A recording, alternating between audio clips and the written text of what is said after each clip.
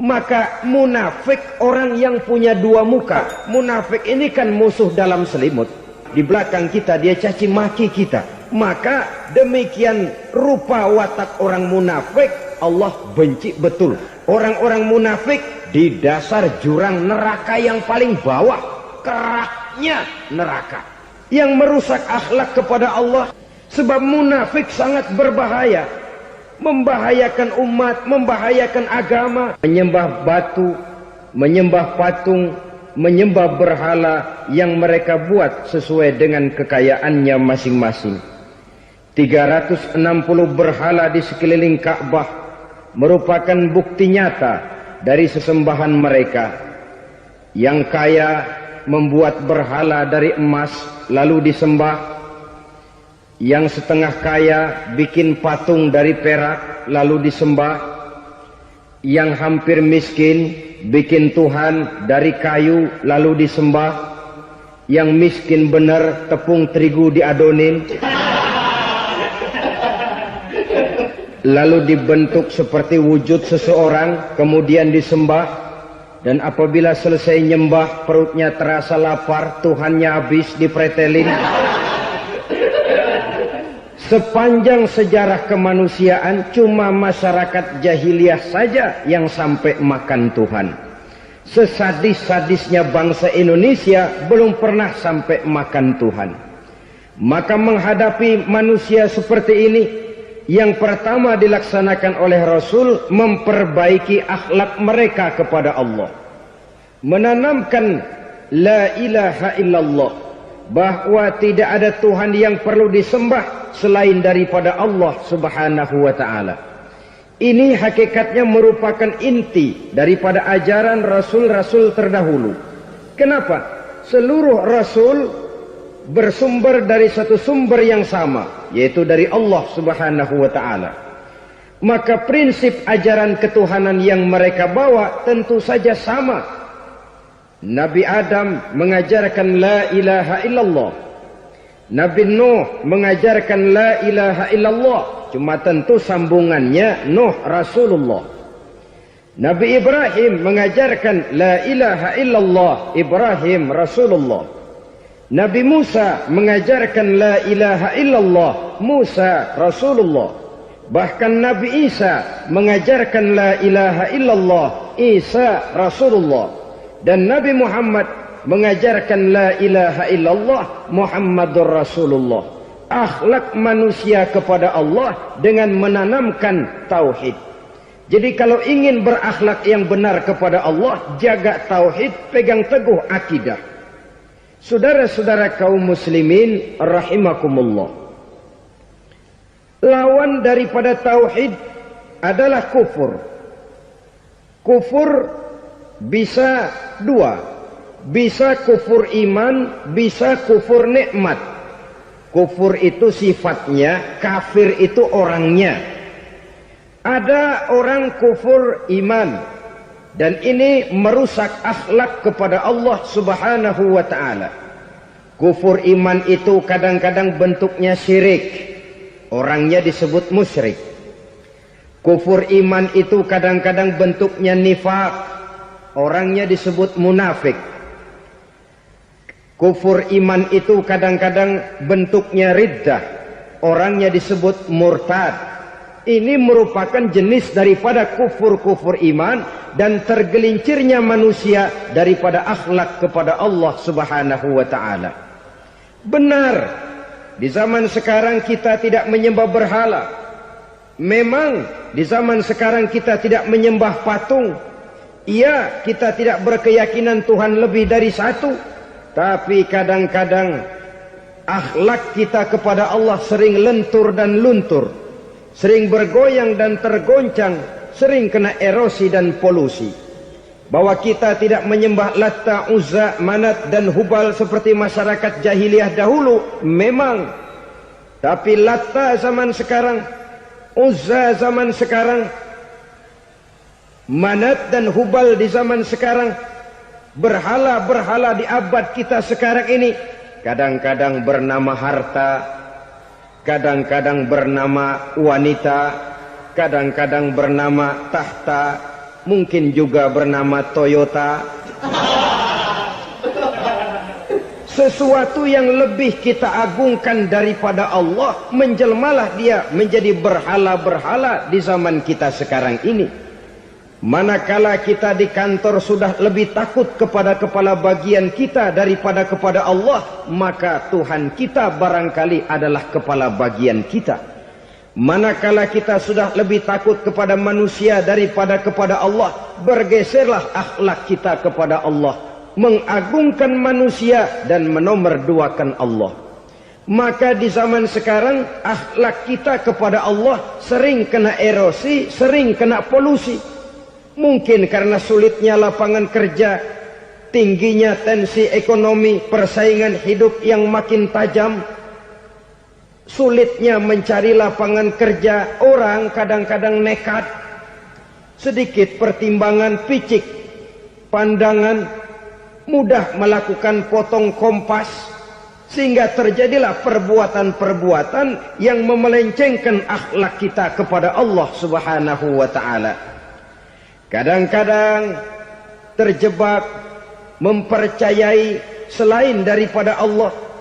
Kadang-kadang terjebak di dalam mengagungkan yang selain daripada Allah lebih dari yang seharusnya. Terkenalah akhlak kita kepada Allah jaringan-jaringan erosi dan polusi. Kufur sebagai lawanan daripada tauhid merupakan sifat daripada orang yang tidak berakhlak kepada Allah. Bentuknya pertama bisa syirik. Syirik itu artinya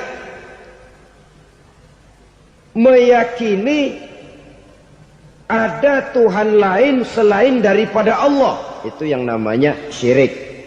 Jadi percaya Tuhan ada, cuman Tuhannya kelebihan. Itu yang disebut syirik, dan itu merupakan cerminan dari akhlak yang rusak kepada Allah Subhanahu wa ta'ala. Berkeyakinan Tuhan lebih dari satu, berkeyakinan bahwa Tuhan itu beranak atau diperanakkan, atau mengagungkan sesuatu sama dengan Allah, atau menjadikan yang selain Allah sebagai tujuan akhir daripada perjalanan kehidupan ini, maka itu sudah terjebak kita dalam musyrik. Dan syirik satu dosa yang tidak berampun. Bahasa kasarnya, yang namanya syirik itu jenis bapak moyangnya dosa. Saudara-saudara, sebab itu saya pesan, kalau memang terpaksa, biasanya yang tinggal di kota-kota besar itu kalau tidak kepengen dosa kan susah. Kalau terpaksa harus bikin dosa, cari yang kecil-kecil saja, yang kira-kira taubatnya gampang. Umpamanya pulang sholat Jumat nukar sendal, umpama, yaitu jelas dosa. Tapi dosa yang taubatnya agak mudah.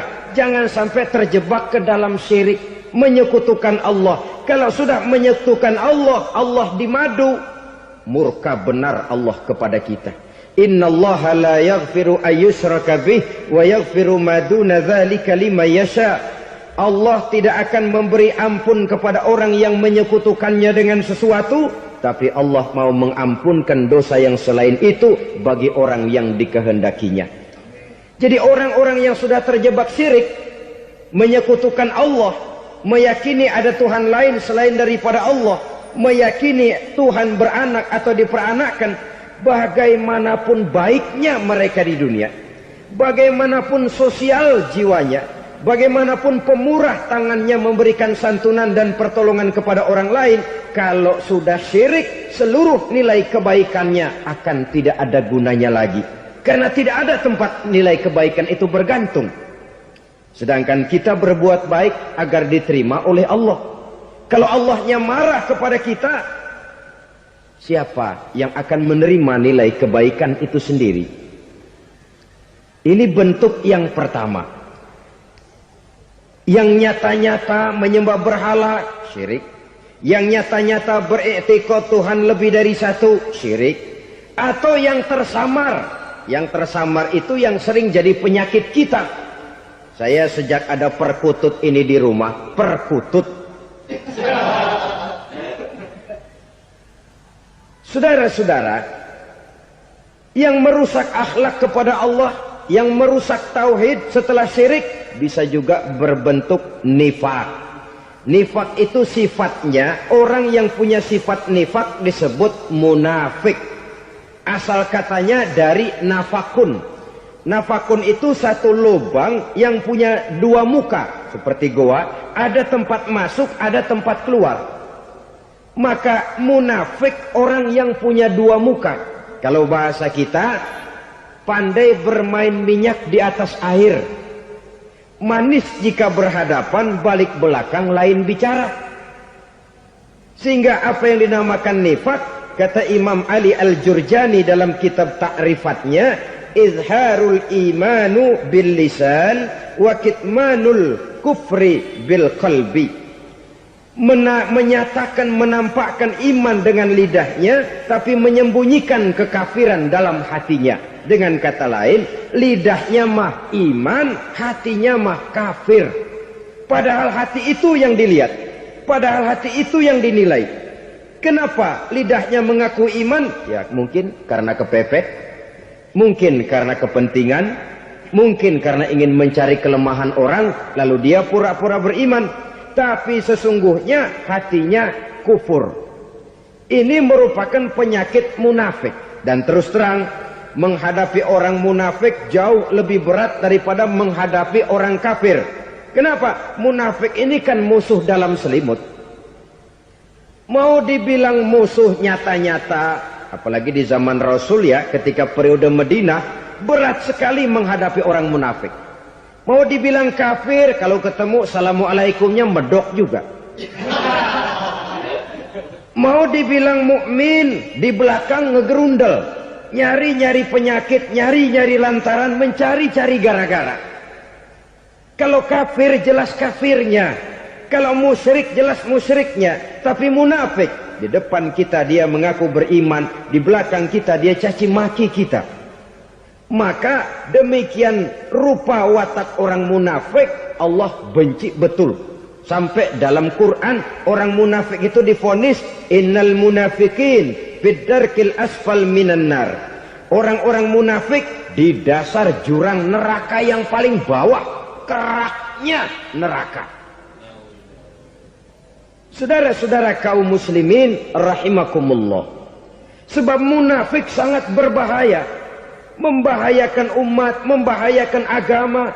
Di depan kita mereka ngaku pura-pura beriman. Kalau pidato luar biasa, memuji agama setinggi langit, menampakkan seolah-olah dia orang yang dekat dengan agama. Saudara-saudara, agama penting, agama mutlak. Tapi yang ngomong begitu agamanya apa? Remeng-remeng. Cuma sekedar lipstick, cuma sekedar dekorasi, cuma sekedar kamuflase buat ngibuli orang lain. Dia mengaku beragama, mengatakan agama mutlak, menganggap agama penting, seolah-olah memperhatikan benar tentang tatanan kehidupan beragama, tapi sebenarnya di hatinya tidak lebih berkecamuk penyakit-penyakit kufur. Maka sifat munafik ini termasuk menodai tauhid. Artinya merusak akhlak kita kepada Allah Subhanahu wa ta'ala. Sifat yang ketiga yang juga merusak akhlak kita kepada Allah dinamakan riddah. Riddah itu sifatnya, orang yang punya sifat riddah disebut murtad. Murtad keluar dari Islam. Keluar dari Islam tentu tadinya di dalam Islam. Oleh satu perbuatan dia bisa menjadi murtad. Misalnya tadinya dia iman benar kepada Allah, tapi melarat. Kadang-kadang sehari masak, 3 hari libur. Akhirnya oleh kesulitan ekonomi dia tidak kuat. Ada yang menawarkan kebaikan, dibawain supermi, dibawain obat-obatan, diberikan beras. Goyah imannya. Keluar dia dari Islam, ikut agama orang yang memberikan pertolongan kepadanya, memilih kesenangan sebentar dengan mengorbankan kebahagiaan yang kekal. maka orang semacam itu riddah sifatnya, murtad orangnya, keluar dari Islam. Dan yang menyebabkan kita murtad bukan cuma orang nyata-nyata memproklamirkan diri keluar dari Islam lalu mengikuti agama orang lain, bukan cuma itu. Mengakui ada Rasul lagi sesudah Nabi Muhammad bisa menyebabkan kita murtad. Mengingkari nikmat Allah bisa menyebabkan kita murtad.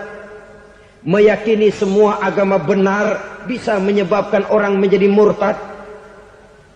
Meragukan kesempurnaan dan kelengkapan Al-Quran bisa menyebabkan orang jadi murtad. Mengingkari sunnah bisa menyebabkan orang menjadi murtad. Banyak hal-hal yang bisa mendatangkan penyakit riddah dan membuat pelakunya menjadi murtad. Dan ini menodai akhlak kita kepada Allah Subhanahu wa ta'ala. Itu tadi kufur iman, saudara-saudara. Nyata-nyata mengingkari Allah, baik dalam bentuk syirik, nifak, ataupun riddah. Kufur yang kedua dinamakan kufur nikmat. Apa itu kufur nikmat? Sitru nikmatil mun'im au ya'malu fi mukhalafatil mun'im. Menutup-nutup nikmat Allah, atau melakukan perbuatan yang menentang, bertentangan dengan kehendak yang memberikan nikmat. Jadi kufur nikmat pertama, nutup-nutupin Tuhan. Tuhan jalingin. Duit lu banyak amat, dari mana? Gua kerja. Lalu kerjanya nomor satu. Orang yang berakhlak kepada Allah, dia akan menjawab, kamu uangnya kok banyak, dari mana? Rizki dari Allah. Caranya, saya kerja. Kerja itu cara, rizki itu dari Allah datangnya. Bukankah di zaman sekarang kita sering terpleset? Ini merupakan cerminan dari rapuhnya akhlak kita kepada Allah Subhanahu wa ta'ala. Karena usaha saya memang, karena saya peras keringat banting tulang, tentu. Tapi sadarkah kita bahwa sepanjang yang bisa kita lakukan cuma berusaha, peras keringat banting tulang?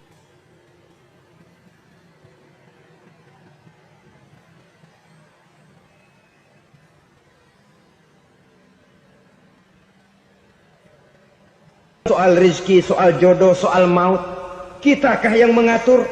Kitakah yang menentukan? Subhanallah. Manusia sungguh tidak berdaya menghadapi tiga hal paling pokok ini. Rezeki, kita cuma bekerja. Kitakah yang menentukan? Tidak. Kita berusaha saja, rezeki belum pasti dapat. Apalagi kalau kita tidak berusaha. Jangan terjebak dalam fatalisme. Belum perang udah nyerah. Emang dasar rezeki datangnya dari Tuhan, gak usah kerja, dan ntar juga kalau dia datang. Dari mana datangnya? Kerja saja belum tentu dapat rezeki, apalagi kalau tidak kerja. Yang jelas usaha perlu kepastian, itu urusan Allah. Ini akhlak kepada Allah Subhanahu wa ta'ala. Jodoh juga begitu. Kita berusaha, kita berupaya, Allah menghendaki lain jadinya. Maut juga begitu. Siapa sih yang pengen ngadepi maut? Siapa sih yang pengen mati? Siapa sih yang pengen ketemu malaikat Israel? Tidak seorang pun kalau ditanya, kecuali mereka yang putus asa ya. Kalau otaknya masih normal, mau mati mesti belakangan dulu udah dikit. Tapi yang satu itu, saudara, kalau dia sudah datang, tenaga mana yang bisa menolak? Kalau dia sudah berkunjung, kekuatan mana yang bisa menghindar? Kalau dia sudah ingin bertemu, kemana kita bisa melarikan diri? Manusia sepanjang yang dia lakukan hanya berusaha, tapi kepastian, ketentuan dari Allah Subhanahu wa ta'ala. Orang yang kufur nikmat, nutup-nutupin Allah. Dia merasa rezekinya adalah mutlak peras keringatnya. Seolah-olah Allah nggak punya peranan apa-apa di situ. Oh, ini kan saya bisa rumah begini karena saya kerja keras. Oh, ini mobil saya begini, saya kerja keras. Peras keringat, banting tulang, keras.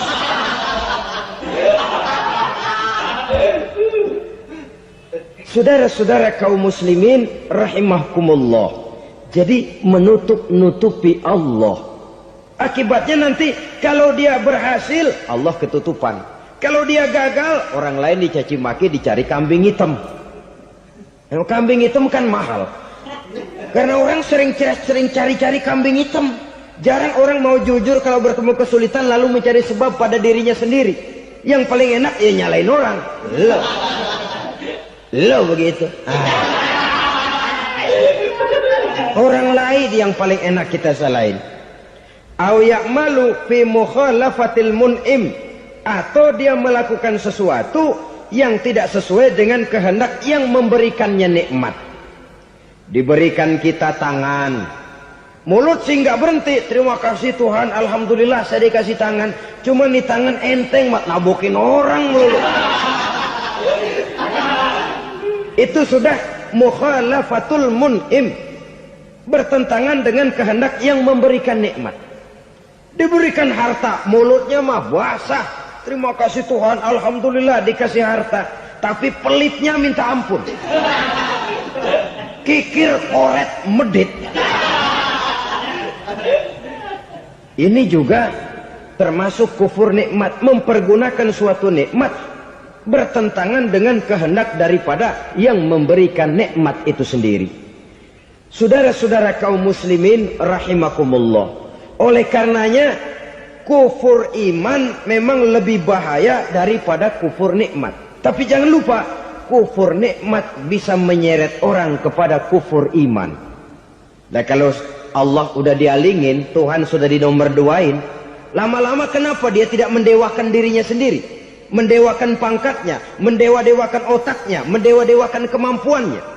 Pada awalnya dia memang cuma kufur nikmat, tapi lambat laun kalau ini tidak diobati secara pasti orang akan mengarah kepada kufur iman. Bisa berbentuk syirik, bisa berbentuk nifak, bisa berbentuk riddah. Saudara-saudara, oleh karena itu menjaga akhlak kepada Allah mutlak penting. Sebab apa? Kita tidak berakhlak kepada manusia saja, kita dikucilkan dari pergaulan. Kalau kita tidak berakhlak kepada Allah, dikucilkan oleh Allah. Hadis qudsi menyatakan, man lam yashkur ala na'ma'i wa lam yasbir ala bala'i falyakhruj min tahtis sama'i falyatlub rabban siwaya.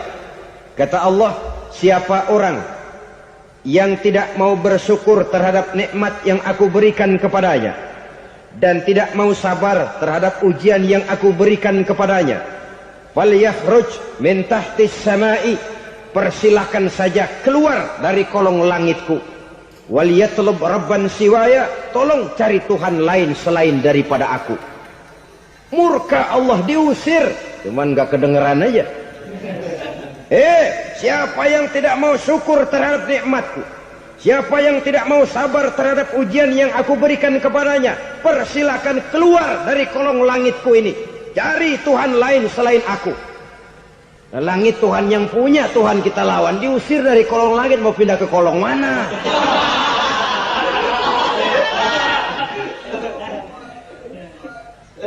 Jadi jangan merasa kufur nikmat kan enteng. Iya, kelihatannya begitu, tidak sebahaya kufur iman. Tapi kufur nikmat ini merupakan anak tangga yang kalau kita sudah mulai naik, kita akan naik terus sampai kepada tingkat di mana kita mengalami kufur iman. Kalau sudah ke sana, maka akhlak kita kepada Allah terkenalah erosi, terkena polusi, hancur akhlak kepada Allah. Dan itulah sumber kesengsaraan abadi. Kalau cuma kita tidak berakhlak kepada manusia, barangkali resikonya cuma kehidupan di dunia ini. Mungkin juga ada kehidupan akhirat. Tapi kalau sudah tidak berakhlak kepada Allah, dunia akhirat kita rugi dan celaka. Maka pada kesempatan ini saya mengajak, marilah jaga baik-baik akhlak kita kepada Allah. Satu kali kita bertauhid, sampai mati kita bertauhid. Satu kali la ilaha illallah, jangan tergelincir lagi kita keluar daripada kalimat itu. Satu kali kita bertuhankan Allah, jangan bertuhan yang lain selain daripada Allah. Jangan sekutukan Allah, jangan samakan Allah dengan sesuatu, jangan mengangkat yang lain sama agungnya dengan Allah. Sebab dengan demikian kita seolah-olah sudah mengotori akhlak kita kepada Allah Subhanahu wa taala. Saudara hadirin yang saya hormati, jadi oleh karenanya akhlak kita kepada Allah merupakan basis daripada kehidupan beragama. Kalau itu sudah mulai rapuh, mulai terkena erosi dan polusi, mulai rusak, dikhawatirkan nanti nilai ibadah kita kepada Allah juga akan turut ambruk karenanya. Saudara-saudara kaum muslimin rahimakumullah, tugas yang kedua memperbaiki akhlak manusia kepada sesama manusia. Kita tahu Islam sesuai dengan namanya adalah agama damai. Maka akhlak manusia kepada sesama manusia menempati porsi yang penting dalam kehidupan beragama. Bagaimana seorang muslim bergaul, bertata krama terhadap sesama manusia. Mari kita lihat lebih jauh persoalannya. Untuk memudahkan pembicaraan dari kacamata agama, kita kelompokkan saja manusia itu dalam dua. Pertama yang seiman dan yang kedua yang tidak seiman. Yang tidak seiman itu kita sebut saja kufur atau kafir. Nah, kepada yang kafir pun kita diajarkan untuk berakhlak. Apalagi kepada yang memang nyata-nyata seiman, sekeyakinan, seakidah. Kemanapun Islam datang, ke negara manapun ia masuk, ia tidak menaburkan kerusakan. Jadi tidak benar kalau orang pernah itu menggambarkan, saking sentimennya seorang orientalis pernah menggambarkan Nabi Muhammad di tangan kirinya Quran, di tangan kanannya pedang. Menggambarkan seolah-olah Islam dikembangkan dengan kekerasan. Sebenarnya tidak sama sekali. Kalaupun dalam sejarah perkembangan Islam pernah terjadi perang, maka perang dalam Islam sesungguhnya apabila kita amati sejarahnya bukan untuk memaksakan agama, karena memang agama tidak bisa dipaksakan, tetapi justru untuk mempertahankan agama dari segala macam hambatan, rintangan, hinaan dan fitnahan. Tapi kemanapun yang jelas Islam masuk, dia tidak pernah membuat kekacauan, kerusuhan ataupun penghancuran. Candi Prambanan bahkan dipugar, gereja-gereja tidak ada yang dihancurkan oleh umat Islam. Kenapa? Islam agama damai. Soal agama, soal lakum dinukum waliyadin, la ikraha fid din, qad tabayyana ar-rusdu minal ghayy. Tidak ada paksaan dalam beragama, sebab nyata yang benar dengan yang tidak benar. Belum pernah ada orang kafir masuk ke perkampungan orang Islam lalu dikejar-kejar, diteriakin kafir, kafir, sunatin.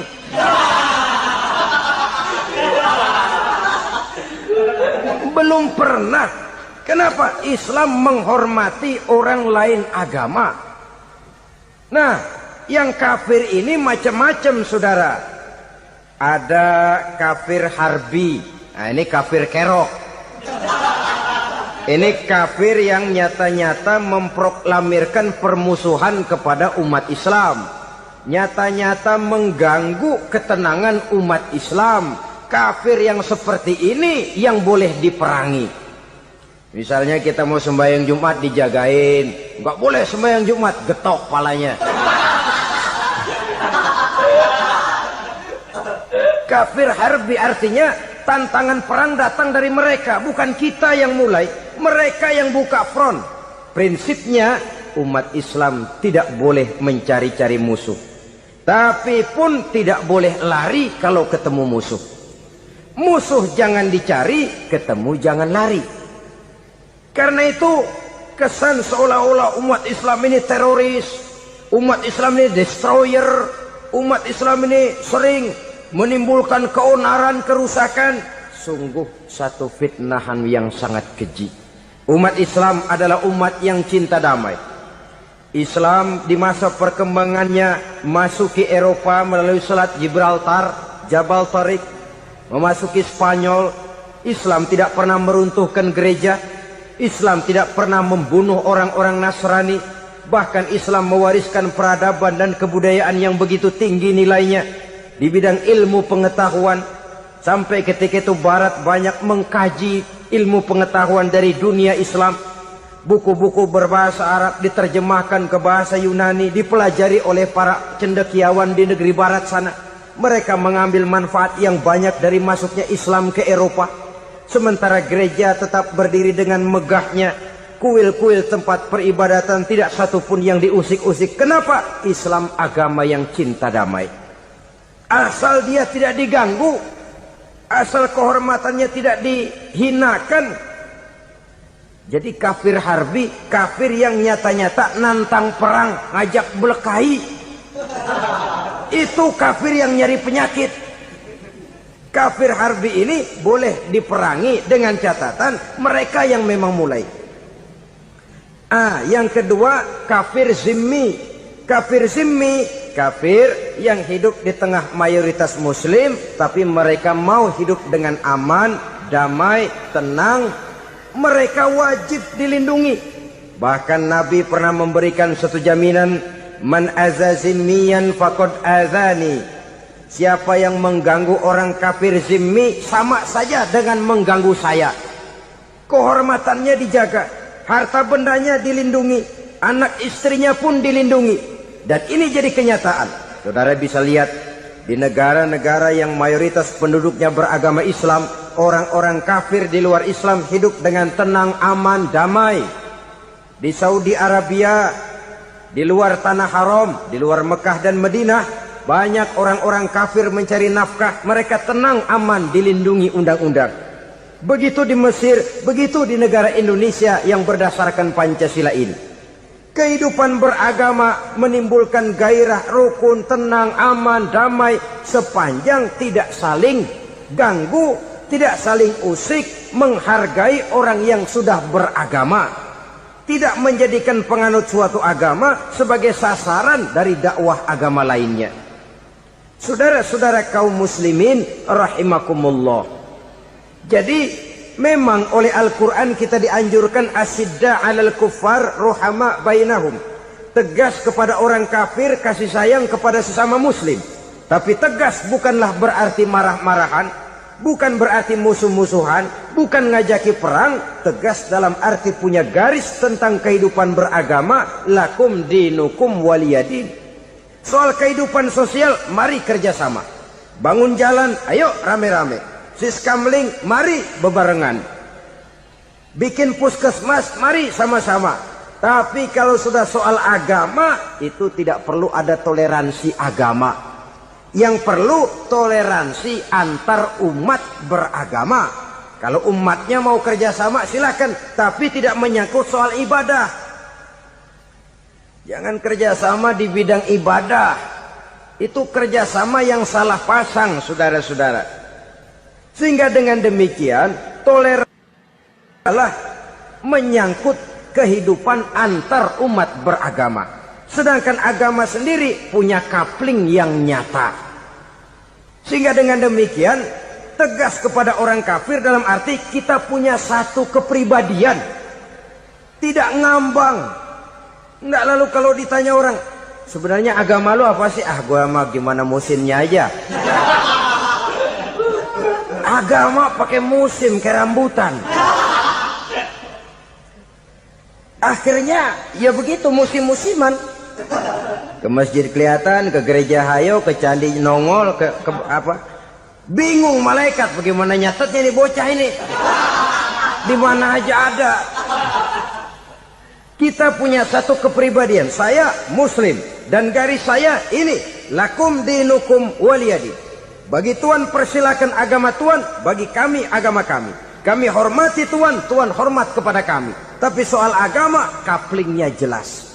Kerjasama, mari urusan muamalah, bidang sosial. Yuk kita siskamling sama-sama dengan orang lain agama. Mari jaga kerukunan, kesatuan, persatuan, kekompakan. Perbaiki jalan yang rusak, mari sama-sama. Mendandani jembatan yang runtuh, mari sama-sama. Tapi sembahyang, kaplingnya lain-lain. Sebab Nabi juga dulu pernah ditawarkan begitu loh sama kafir jahiliyah dulu Quraisy itu. Sudah Muhammad, sekarang begini saja, kita join aja daripada marah-marahan. Hari ini saya menyembah Tuhanmu Allah. Besok gantian kamu menyembah Tuhan kita Latta, Uzza, Manat dan Hubal. Turun, qul ya ayyuhal kafirun la a'budu ma ta'budun. Soal ibadah kaplingnya jelas, tidak boleh dicampur adukkan. Sebab kalau tidak, kita akan mulai kehilangan identitas diri. Dan disitulah krisis kehidupan keyakinan beragama dimulai. Dari krisis identitas. Hujan gede kan mulainya gerimis dulu. Di mana-mana ya gerimis dulu. Gerimis makin lama makin gede. Kita akan mulai dengan kehilangan identitas diri. Dari sana nanti kita malu mengakui keislaman kita. Kalau orang Islam malu mengakui keislamannya, ini kan ironi, menyedihkan. Ngakui Islamnya saja malu, menonjolkan keislamannya malu. Tidak ada rasa bangga beragama. Padahal ini modal dasar. Hanyalah dengan rasa bangga beragama kita lalu konsekuen. Bangga yang tidak konsekuen, wah pokoknya kan gua kan Islam, agama yang paling benar. Tapi hidupnya sendiri jauh dari tuntunan Islam. Itu bangga yang tidak beralasan, bangga yang tidak perlu dibanggakan sebenarnya. Kebanggaan yang membuat kita konsekuen dan dekat dengan kehidupan beragama. Jadi dengan demikian saudara-saudara, kepada non-muslim kita juga harus berakhlak. Bukankah ini sudah dicontohkan oleh Rasul? Bagaimana beliau disambiti orang di Taif, yang menyambiti malah didoakan. Bagaimana Suraqah mau membunuh beliau, malah Suraqah didoakan. Bagaimana Abu Jahal dan Abu Lahab saking mangkalnya. Ini Abu Jahal pernah gali lubang di kamarnya sendiri, di depan tempat tidurnya. Setelah dia gali lubang, ditutupin pakai keraras korma. Lalu dia tarik selimut, belagak meriang. Dia pesan pesuruhnya, bilangin Muhammad, encangnya meriang. Pamannya sakit, minta ditengokin. Nabi dengan segala husnuzonnya berangkat nengokin. Abu Jahal dari balik selimut ngintip. Itu dia Muhammad, itu dia tuh. Dia tuh masuk Dani, masuk. Mulai dia jalan, senang Abu Jahal. Terus dah. Begitu ke pelosok, masuk ke lubang, gue pendem terus lalu. Memang niatnya mau mencelakakan Nabi. Sudah tinggal beberapa langkah lagi Nabi akan berjalan ke arah lubang itu. Malaikat Jibril ngasih tahu, Muhammad, Abu Jahal pamanmu cuma pura-pura sakit. Di depan tempat tidur itu ada lubang sudah dia gali untuk menjerumuskan kamu. Sudah balik pulang. Balik badan Nabi. Sudah hampir mau melangkah, kakinya malah muter pulang. Abu Jahal yang ngelihat Nabi sudah hampir jatuh nggak jadi, balik pulang. Lupa kalau lagi sakit. Udah Muhammad buruan sini. Ke pintu dia kejar. Dia lupa sama lubang yang dia gali. Begitu dia kejar, dia yang kepelosok masuk ke dalamnya. Sejak saat itu ada pepatah, man hafara hufratan waqa'a fiha. Siapa yang suka nggali lubang, dia sendiri bakal terpelosok ke dalamnya. Jatuh dia ke lubang yang dia gali. Padahal ya paling banter 2 atau 3 meter paling dalam. Dari dalam lubang itu dia teriak-teriak, Muhammad, tolongin, pamanmu kecebur. Kasih tahu Muhammad, kasih tahu. Datang lagi lah pesuruhnya. Muhammad, pamanmu Abu Jahal kecebur, minta tolong diangkatin. Sudah diulur tambang, habis sambung lagi, nggak bisa sampai. Masa iya, cuma kamu yang bisa nolong. Apa yang dilakukan Nabi? Balik mau nolongin. Akhlak. Kita kalau ada orang gali lubang buat nyeburin kita, dia sendiri yang kecebur. Gorok gua kagak lemin loh. Mati sekalian dah. Nabi mah enggak, balik nolongin tuh Abu Jahal. Kenapa paman kecebur? Iya Muhammad, tolong, tambang udah diulur-ulur, sambung-sambung nggak sampai. Aduh kasihan paman, nih pegang tangan saya. Nabi cuma ulurin tangan, nyampe dipegang oleh Abu Jahal. Diangkat ke atas. Nyampe atas, apa kata Abu Jahal? Tambang bergulung-gulung nggak nyampe, kamu cuma pakai tangan doang kok bisa Muhammad, hebat banget sihirmu. Mukjizat dia bilang sihir, udah ditolongin nyelak lagi, kan yang enak kita injak palanya.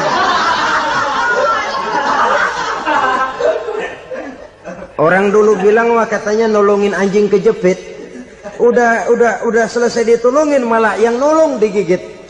Saudara hadirin yang saya hormati, kepada orang-orang kafir kita harus berakhlak, menghormati mereka, tidak memaksakan satu keyakinan dalam batas-batas yang ditolerir oleh agama, yaitu pada masalah-masalah sosial dan muamalah. Itu kepada non-muslim, apalagi kepada sesama muslim. Baik akhlak kepada orang tua, akhlak kepada guru, akhlak kepada jiran atau tetangga, itu semua termasuk dalam akhlak kepada sesama manusia. Akhlak kita kepada orang tua, kadang-kadang kita orang timur ini ketularan orang barat. Engkongnya dianggap CS. Salaman main kedet aja, halo kong. Engkongnya bahalo dibengong. Saudara-saudara kaum muslimin rahimakumullah, akhlak yang tua kepada yang muda, akhlak yang muda kepada yang tua, kepada jiran dan tetangga, kepada sanak famili dan handai tolan, pendeknya kepada sesama muslim. Tetangga ada haknya, ada hak tetangga yang kalau kita berakhlak itu harus dipenuhi. Contoh kecil, kalau saya beli radio, itu saya dong boleh berpikir, ini radio saya beli pakai uang saya setel di rumah saya, sekeras-kerasnya ada apa sama orang lain? Radio gua, yang beli gua pakai duit gua, gue setel di rumah gue, ada urusan apa sama orang lain? Itu kalau menurut saya. Tapi tetangga sebelah saya kan bisa juga ngomong begitu. Mata gue yang ngantuk, gue tidur di rumah gue, kenapa suara radio lu masuk kemari? Ketika itulah lalu kebebasan saya nyetel radio dibatasi oleh kebebasan tetangga saya yang mau tidur. Ini sudah akhlak namanya. Umpamanya lagi ada Nabi ajarkan, iza tobakhta maraqatan fa'akthir ma'aha wa ta'ahad jiranaka. Kalau kamu masak sayur, banyakin kuahnya, bagiin tetangga kamu. Bukan bagiannya itu yang jadi soal, tapi akhlak kepada tetangga. Udah tahu tetangganya kelaparan, diseksa, goreng ikan asin, se-RW baunya ngayap, kembang kempis orang nungguin. Saudara hadirin ma'asyiral muslimin rahimakumullah. Jadi dengan demikian, kalau sudah kembali kepada orang-orang yang nilai imannya sama dengan kita, apapun organisasinya, apapun baju yang mereka pakai, kaos yang mereka pakai, jaket yang mereka pakai, kalau sudah seakidah, seiman, jaga akhlak kita. Pendapat boleh berbeda, kaos boleh tidak sama, jaket boleh beraneka warna, bendera boleh beragam-ragam, tapi ukhuwah Islamiyah ini utamakan. Adalah lebih baik mencari persamaan dalam kehidupan dan bukan memperbesar perbedaan. Hanyalah dengan mengembangkan nilai-nilai akhlak semacam ini, toleransi tidak hanya diperlukan kepada yang non-muslim, kepada sesama muslim pun toleransi. Artinya apa? Jangan memponis amalan orang lain. Yang usoli, yang tidak usoli, berjalanlah menurut keyakinannya masing-masing. Jangan lalu memponis, itu namanya nggak toleransi. Kamu nggak pakai usoli ya? Enggak. Brengsek. Kamu pakai usoli ya? Iya. Bid'ah. Lah dua-duanya kagak yang benar. Kalau yang sembahyang kagak benar, bagaimana yang kagak sembahyang? Apa itu yang benar? Toleransi, setuju dengan perbedaan pendapat, jangan memponis amalan orang lain. Karena kita hanya beramal, hak menerima adalah Allah Subhanahu wa ta'ala. Jangan sebentar-bentar mencap, bid'ah dolalah, finnar, neraka. Kayaknya neraka kapling orang tuanya kali. Gampang bener masukin orang ke neraka. Kita kadang-kadang bisa toleransi dengan orang luar, tapi kepada sesama muslim toleransi tidak sanggup kita adakan. Mengklaim merasa kita yang benar, orang lain salah semua, itu tidak toleransi namanya. Mentang-mentang jadi ustadz, nih satu-satunya ustadz di sini ya, Semuanya mesti ngaji kemari. Kalau nggak ngaji kemari Islamnya kurang tapi bener. Toleransi. Saudara-saudara kaum muslimin rahimakumullah. Lapang dada menghargai orang yang berbeda pendapat, apalagi kalau perbedaan pendapat itu menyangkut hal-hal yang tidak prinsipil, menyangkut hal-hal yang sekunder dalam kehidupan beragama, menyangkut masalah-masalah yang dalam bahasa fikih disebut soal-soal furu'iyah. Tidak usah menyebabkan kita bersih tegang. Kepala sama hitam pendapat boleh berbeda dan halal. Bahkan Nabi mengatakan ikhtilafu ummati rahmatun. Perbedaan pendapat di kalangan umatku bahkan menjadi rahmah. Sepanjang perbedaan pendapat itu diiringi dengan rasa toleransi. Tapi kalau sudah main baku hantam, main klaim, memponis orang lain, akhirnya timbullah keretakan. Jangan heran kadang-kadang satu masjid dua kelir. Ya soal kelir boleh kelar-kelir. Boleh kelar-kelir. Tapi kalau harus terlalu mencolok menyebabkan timbulnya keretakan, saya kira yang akan turun bukan lagi rahmah tapi bala. Bala akan menimpa kita, jatuh kita menjadi umat yang lemah. Oleh karena di antara kita sendiri, sesama kita tidak pandai bertoleransi, tidak lapang dada. Ada anak muda kelihatannya mau majuan dikit, yang tua curiga. Nih, kalau dia maju pasaran gua bangkrut dong nih. Lalu ditekan tuh anak ditekan melejit. Kadang-kadang yang tua maksudnya baik, mau memelihara, yang muda salah terima. Kan tua kejemur. Dari dulu sampai sekarang gitu-gitu doang. Anak kemajuannya. Padahal yang tua barangkali maksudnya juga baik, mau memelihara. Sebenarnya kalau kita bisa mencoba mencari titik temu dengan alur komunikasi, tidak merasa diri yang paling benar, tapi toleransi, boyak menerima pendapat orang lain, setidaknya mau mendengar omongan orang. Yang susah kalau udah kena penyakit nggak mau ngerti omongan orang, nggak mau nerima pendapat orang. Kodok di kolong tempayan, cukeng kayu asem, asal ijo udah ijo aja ijo dah. Nggak ngerti omongan orang, yang kayak begini yang orang jadi kesandung. Oleh karena itu saudara-saudara, alangkah nikmatnya kehidupan ini apabila kita menyadari kita ini ummatan wahidah, satu umat yang satu, yang diikat dengan akidah. Kalau kepada yang non muslim saja kita diajarkan untuk berakhlak, apatah lagi kepada yang seiman, seakidah, sekeyakinan. Wajarkah perbedaan pendapat yang kecil-kecil lalu menyebabkan kita bertolak belakang, cerai-berai, centang perenang? Bila bertemu di jalan yang satu menyisih ke kiri, yang lain menyingkir ke kanan. Kalaupun juga bercampur di tengah kumpulan orang banyak, persis air dengan minyak. Yang atu melengos, yang atu madep mojok. Orang lain senyum, dia mau pada manyun. Saudara-saudara kaum muslimin rahimakumullah. Realita ini walaupun tidak enak, pahit, tapi masih hidup di sebagian masyarakat kita. Ini yang perlu kita atasi. Soal toleransi kepada orang lain, sejarah sudah membuktikan.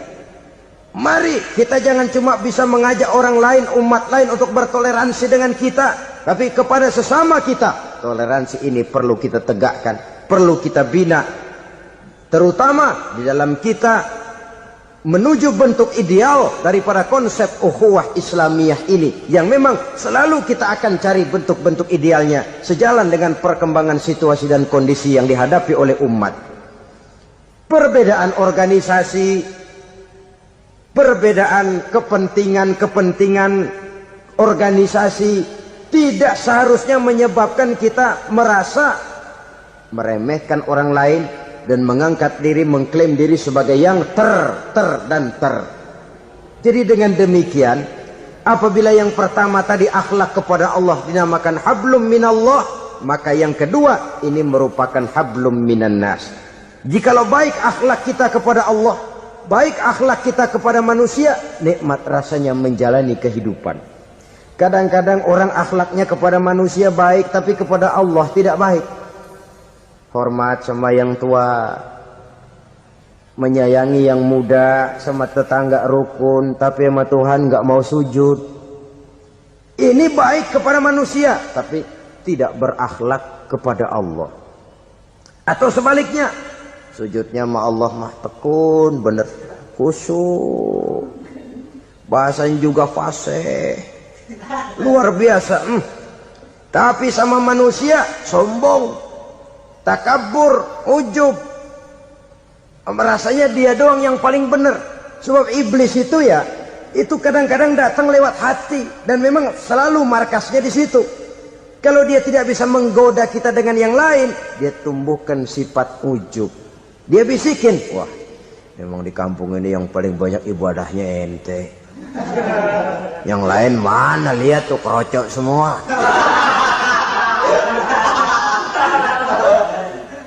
Lalu di hati orang itu tertanam sifat iya ya. Nah, tatkala iya ya, dia sudah terkena serangan iblis. Akhirnya apa? Orang lain diremehin. Asalnya kagak mau sembahyang, ya diajak salaman udah najis aja dah. Ketemu juga mukanya ditekuk 4. Akhirnya bukan ngajak, malah ngenyek, ngina. Lah orang dihina makin jauh, makin tidak tersentuh. Bukan cara itu yang diajarkan oleh Rasul. Bahwa orang tidak mau sholat, tugas kita mengajak. Soal dia tidak sholat, ya itu dosa dia kepada Allah. Saudara-saudara kaum muslimin, ujub disuntikkan oleh iblis ke dalam hati kita. Sujudnya kepada Allah benar, tapi akhlaknya kepada sesama manusia, merasa paling benar sendirian, merasa orang lain salah semua. Pokoknya kalau di luar lingkungannya udah kagak bener aja udah bahaya. Saudara-saudara, ini juga penyakit yang disuntikkan oleh iblis. Sebab iblis itu tipu dayanya luar biasa, strateginya lihai. Makin tinggi kualitas iman, ya makin berat upaya iblis untuk menjerumuskan kita. Karenanya saya mengajak, marilah kita bertoleransi. Baik kepada non-muslim, lebih-lebih lagi kepada sesama muslim yang kebetulan berbeda baju, berbeda kaos, berbeda organisasi, lain bendera yang dibawanya. Tapi toleransi mari kita canangkan. Kita terikat oleh ukhuwah Islamiyah. 2. Yang ketiga, akhlak manusia kepada makhluk Allah lainnya di luar manusia. Saudara-saudara, dengan berakhlak kepada Allah, berakhlak kepada sesama manusia, berakhlak kepada makhluk Allah di luar manusia, baik flora maupun fauna, maka mudah-mudahan akan terciptalah satu ekosistem, satu lingkungan hidup yang membuat kita nikmat menjalani kehidupan ini. Inilah saja yang kita bicarakan pada pertemuan kali ini. Marilah kita membina nilai-nilai akhlak walaupun berat tantangannya. Sungguh lebih baik rakyat rendah yang berakhlak tinggi daripada pejabat tinggi yang berakhlak rendah. Menyangka bahwa itu semua dapat mengekalkan kebahagiaan, dapat menunjang kehidupan yang langgeng. Ada yang berlomba-lomba mengejar-ngejar harta. Seluruh waktu dalam hidupnya habis untuk mengejar harta. Tidak peduli siang atau malam, sore atau pagi. Sujud tidak lagi sempat, Allah dilupakan dengan agama jauh. Ada yang berlomba mengejar-ngejar pangkat, jabatan dan kedudukan. Tidak peduli menjilat ke atas, menginjak ke bawah atau menyikut kiri dan kanan. Bahkan teman pun jadi lawan, lawan pun jadi teman. Bukan soal, yang penting pangkat terkejar. Ada yang berlomba memperbanyak kendaraan. Sejak dari jet pribadi, pesawat kapal pesiar, sampai kepada mobil-mobil mutakhir. Ada yang berlomba memperbagus rumahnya. Ada yang berlomba memperbanyak istri dan anak-anaknya. Seluruhnya tenggelam di dalam perlombaan yang menurut ukuran mereka akan mendatangkan prestise, kemegahan dan kebanggaan.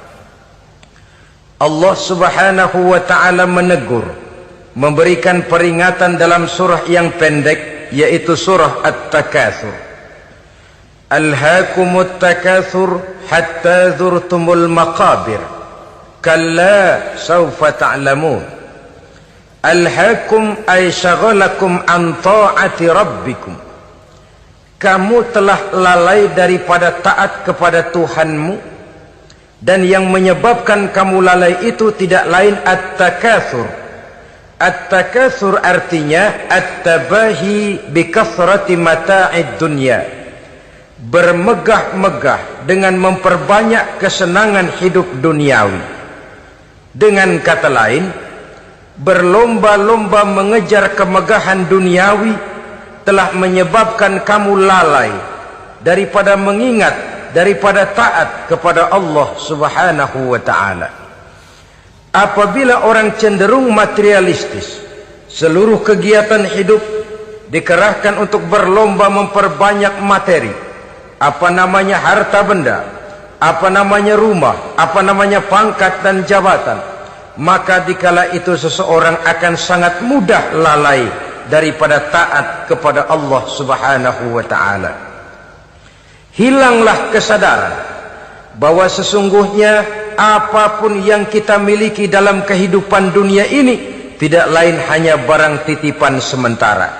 Kita cari, kita kejar, tapi setelah kita dapatkan, jangan dia dijadikan tujuan. Jadikanlah dia sebagai alat. Apabila harta benda duniawi sudah dijadikan sebagai tujuan daripada kehidupan, maka sesungguhnya kita sudah terseret dalam satu siklus, satu lingkaran setan yang tidak akan pernah berujung. Sebab manusia dalam berhadapan dengan materi duniawi tidak akan pernah mengenal kata cukup, tidak akan pernah mengenal kata puas, dan tidak akan pernah bertemu dengan titik. Selalu koma, selalu kurang, selalu tidak ada. Saudara kaum muslimin rahimakumullah. Oleh sebab itu agama memberikan kesadaran, seluruh yang kita miliki, yang dititipi oleh Allah dalam kehidupan ini berupa materi keduniaan, hakikatnya adalah alat dan bukan sebagai tujuan. Apabila alat sudah kita jadikan tujuan, kita akan terjebak ke dalam satu perlombaan yang justru akan mencelakakan kita sendiri. Inilah yang saya maksud dengan sirkuit celaka. Perlombaan yang hanya membuat kita jerih, payah, keringat bercucuran, tenaga terkuras, tapi tidak akan pernah sampai ke garis finish. Karena memang tidak ada garis finishnya. Betapapun jauhnya satu perlombaan, dia mesti punya garis finish. Tapi kalau sudah at-takatsur, berlomba bermegah-megah diri, maka barangkali tidak akan pernah ada garis finishnya. Kita akan terseret dalam lingkaran setan, berputar di seputar itu tanpa tahu kapan berhenti dan di mana titiknya. Agamalah yang memberikan kesadaran. Alhaakumut takatsur, bermegah-megahan telah membuat kamu lalai daripada taat kepada Allah Tuhanmu. Semua sadar bahwa kita diciptakan tidak lain adalah untuk mengabdi kepada Allah. Nilai pengabdian ini sering lentur, nilai pengabdian ini sering luntur, manakala kita sudah berlomba-lomba bermegah-megah dengan materi kehidupan dunia. Islam jelas tidak menganjurkan penganutnya jadi orang miskin. Bahkan Imam Ali karramallahu wajhah pernah mengatakan, kemiskinan bisa menyebabkan kekufuran. Ayat yang pertama turun juga kita tahu, Iqra, baca olehmu. Kan seolah-olah Quran cuma tidak langsung saja bilang, hai orang Islam, kamu jangan jadi bodoh. Kebodohan menimbulkan kemiskinan, kemiskinan mendekatkan kita kepada kekufuran. Jadi miskin sama kufur tetangga. Artinya dalam kondisi miskin, kemudi hati itu mudah terombang-ambing. Oleh sebab itu sering kemiskinan umat Islam ini dimanfaatkan oleh orang-orang lain untuk menyebarkan agamanya. Padahal agama adalah soal keyakinan. yang tidak mungkin ditunjang dengan supermi, ditunjang dengan beras, pakaian, obat-obatan, beasiswa. Agama adalah soal keyakinan. Keyakinan adalah soal kebenaran, dan kebenaran itu adalah milik bersama. Tujuan diciptakannya manusia tidak lain adalah untuk melaksanakan ibadah. Kalau orang tenggelam dalam perlombaan memperbanyak harta, mempertinggi kedudukan, memperindah segala macam yang sifatnya duniawi, biasanya itu akan membuat dia lalai dari taatnya kepada Allah Azza wa Jalla. Kadang bukan hanya lalai daripada taat, juga sering terjebak kepada maksiat. Karena kalau pola pandang dan tolok ukur sudah benda duniawi semata-mata, sangat tidak mustahil orang lalu terjebak ke dalam prinsip menghalalkan segala cara. Asal sudah tujuan tercapai, cara apapun halal. Akhirat nomor 18. Nah, bukankah memang barangkali kita sejak kecil sudah dilatih untuk materialistis? Umpamanya kita hanya sering dilatih untuk takut kepada yang konkret-konkret saja, takut kepada yang nyata-nyata saja.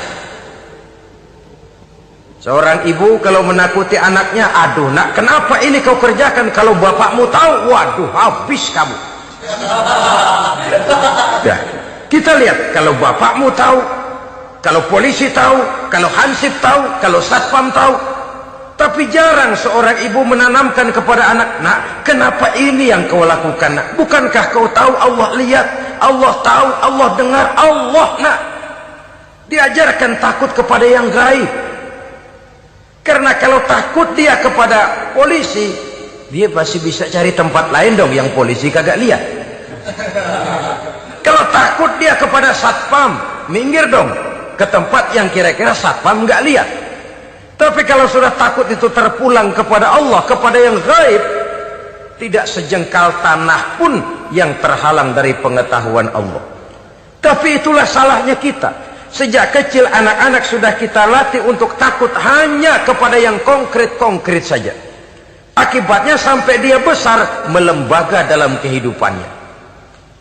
Dia nyolong, kata temannya, kamu nyolong ya? Iya. Kok nyolong sih? Emang. Kenapa nyolong? Biarin.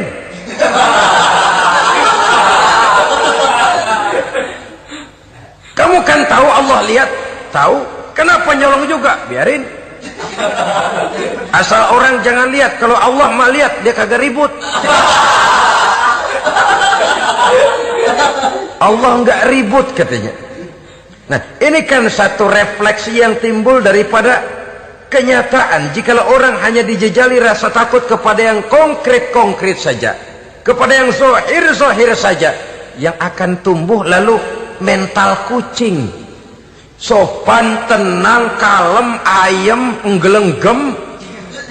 Kalau ada orang, sedikit orang meleng, kucing kelihatan watak aslinya. Saudara-saudara kaum muslimin rahimakumullah.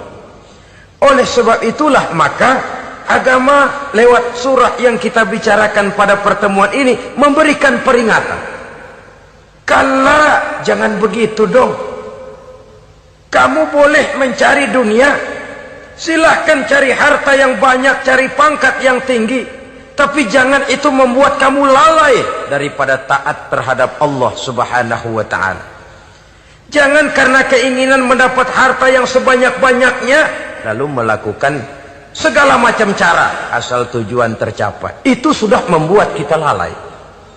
Jangan karena ingin mengejar kedudukan yang tinggi lalu jilat atas injak bawah, nggak mempan jilat, dukun dipakai.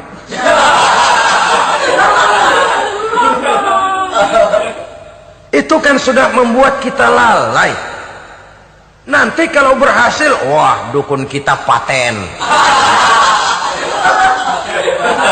Tapi kalau gagal, dukun sialan, kagak mampu. Hilanglah Allah dalam kehidupan kita. Makin materialis, dan perlombaan ini membawa kita kepada kecelakaan. Kala, sekali-kali jangan begitu. Kenapa? Dahulu pun ketika lahir ke dunia tidak ada pangkat yang kita sandang. Dahulu pun ketika lahir ke dunia tidak ada harta yang kita bawa. Jadi harta itu, pangkat itu, kedudukan itu ada dalam hati, tapi tidak berurat dan berakar. Kalau dia berurat dan berakar dalam hati, berat misah sama harta itu. Berat. Sekedar ngasih fakir miskin cepet juga berhitungnya 17 lembar.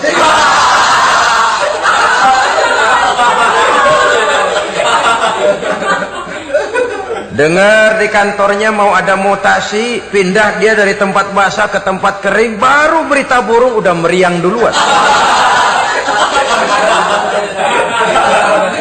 Ini nanti bagaimana, itu nanti bagaimana, ini nanti bagaimana. Kan tidak jarang orang yang kena apa istilah kerennya zaman sekarang itu post power syndrome. Post power syndrome ini pernah dianalisa oleh Nabi, kata beliau, irhamu salasatan minan nas, sayangilah 3 macam manusia. Siapa mereka? Pertama, azizan zalla, orang terhormat yang jatuh hina. Ini yang sering terkena post power syndrome. Biasa kemana-mana dikawal, dihormati, datang ke tempat ini protokol siap, ini serba diatur semua, serba beres.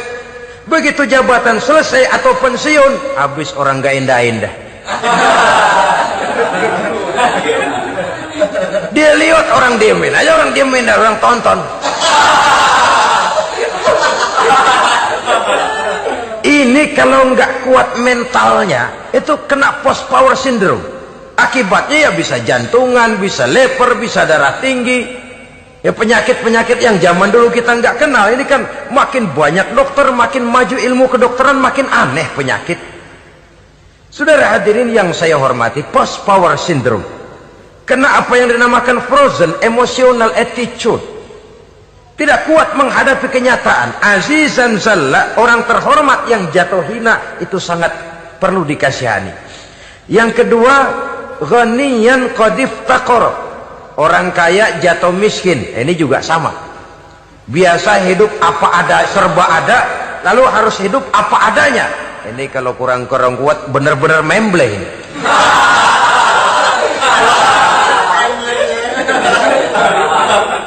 Kalau tidak kuat mentalnya, biasa hidup serba enak, serba nikmat, cuma kerjanya neken cek, main apa itu kredit card, macam-macam fasilitas dipunyai. Tahu-tahu jatuh bangkrut, jatuh miskin. Kalau tidak fondasi agamanya kuat, bisa gantung diri, bisa bunuh diri, bisa frustasi, bisa terkena psikosomatik, tekanan jiwa mempengaruhi faktor biologis. Timbullah tekanan, terjadilah penyakit aneh-aneh. Al-ghaniyan qad iftaqara, orang kaya jatuh miskin, itu perlu dikasihani. Yang ketiga, wa faqihan yal'abu bihil juhal, ahli fikih tapi dipermainkan oleh orang-orang bodoh. Hanya kebetulan orang bodoh itu punya kekuasaan. Hukum bisa dipesan.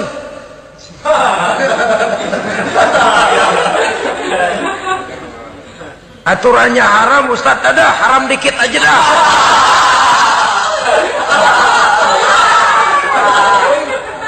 Sibuklah tuan fakih ini, ahli fikih ini mencari dalil kebet sana kebet sini supaya yang tadinya haram benar bisa jadi haram sedikit. Padahal yang minta ini orang bodoh, tidak ngerti agama, cuma karena punya kekuasaan dipermainkan oleh orang yang fakih. Orang yang fakih ini dipermainkan. Kasihan orang yang seperti itu. Wa faqihan yal'abu bihil juhal, ahli fikih tapi dipermainkan oleh orang-orang bodoh. Akibatnya karismanya hilang, wibawanya lenyap. Dia menyangka bahwa dengan mengharam-haram sedikit-sedikit itu dia bisa mendapat keuntungan yang berganda-ganda, padahal akibatnya itu hanya akan membawa kecelakaan saja. Allah peringatkan benar, kala, sekali-kali jangan begitu. Cari uang yang banyak silahkan, ngejar kedudukan yang bagus boleh, bikin rumah yang hebat silahkan, ada kendaraan bagus silahkan, tapi jangan sampai kamu terjebak kepada sirkuit celakai, perlombaan yang tidak ada garis finishnya. Sering dicontohkan orang menghayal melamun, Kamu kenapa nggak mau ibadah? Lah bagaimana mau sembahyang, saya di Jakarta masih ngontrak.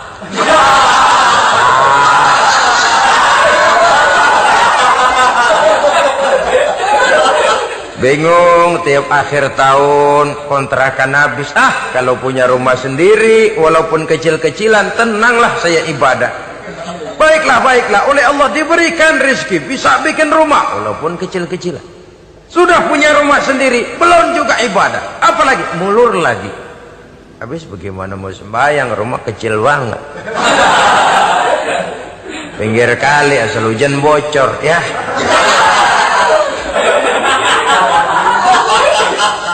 Kalau bisa punya rumah permanen, rajin dah ibadah dah. Iyalah, diberikan rezeki bisa bikin rumah besar, kamarnya banyak, halamannya luas. Kendaraan belum ada, perabotan belum lengkap. Sudah ada kendaraan, belum kayak orang-orang. Sudah kayak orang-orang, masih sama dong, kudu di atas. Kapanlah selesainya? Kala, sekali-kali jangan begitu. Jangan kamu mengumpulkan harta bermegah-megah membuat kamu lalai dari taat kepada Tuhanmu. Engkau tinggalkan rukuk dan sujud, engkau jauh dari masjid, engkau kering dari kehidupan beragama. Sebab itulah maka pembangunan fisik material tidak bisa dipisahkan dengan pembangunan mental spiritual. Tidak hanya cuma dalam teori, tapi juga harus dalam praktek. Selalu pembangunan yang hanya mengarah kepada fisik material, jauh dan kering dari agama, hanya akan melahirkan manusia-manusia materialistis yang terjebak di dalam sirkuit celaka perlombaan yang tidak pernah mengenal garis finish. Sebab itu agama mengajarkan, orang kaya itu siapa sih? Yang banyak duit? Belum tentu.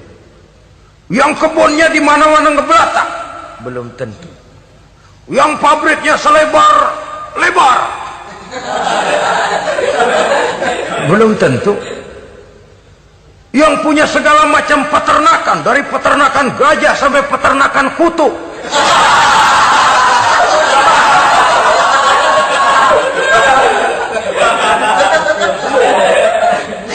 Belum tentu.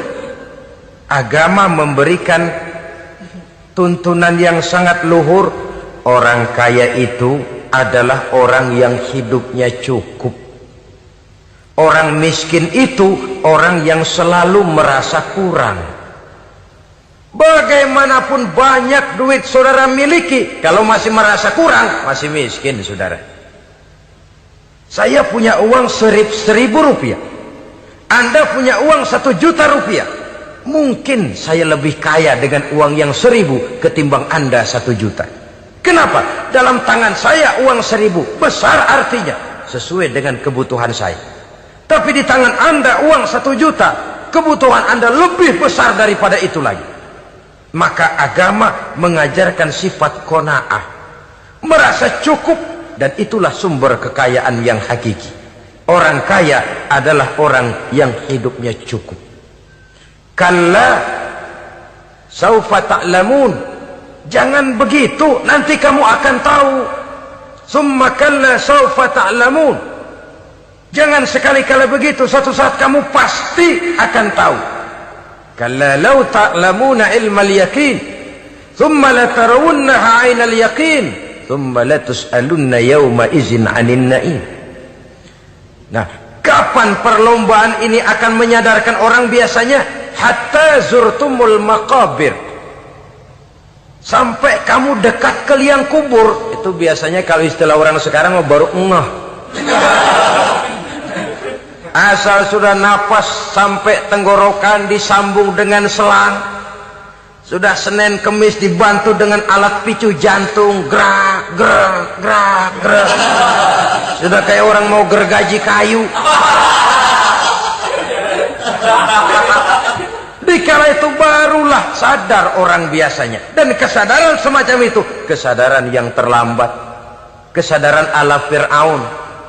Fir'aun selagi hidup diajak beriman dan nehi aja.